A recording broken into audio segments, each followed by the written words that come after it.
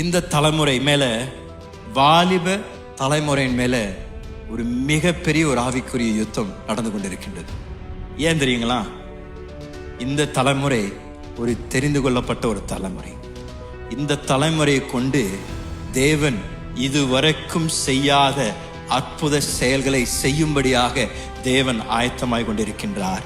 சத்ரு இதை நன்கு அறிந்து இந்த தலைமுறையை எப்படியாவது தேவனிடத்திலிருந்து பிரிக்கணும் என்று பல திட்டங்களை அவன் சதித்து அவன் எப்படியாவது இந்த தலைமுறையை கெடுக்கணும் என்று முயற்சி செய்து கொண்டிருக்கான். உங்களை பார்த்து சொல்றேன், நீங்களும் நானும் தேவனால் அழைக்கப்பட்டவர்கள். உங்களுக்கும் எனக்கும் தேவன் தந்திருக்கின்ற பொறுப்பை நாம் அஜாக்கிரதையா இருக்கக்கூடாது. தேவனிடத்திலும் எங்களிடத்திலும் எதிர்பார்க்கின்றது நாம் எழும்பி நின்று நம்முடைய பிள்ளைகளை தேவனுடைய வழிக்கு நேராக அவளை திருப்பி தேவனுடைய வார்த்தையை அவருடைய இருதயத்தில் நாம் போதித்து அதை அவங்களுக்கு ஒரு அஸ்திபாரமாக கொடுப்பது நாம் செய்ய வேண்டிய மிக முக்கியமான ஒரு காரியம்.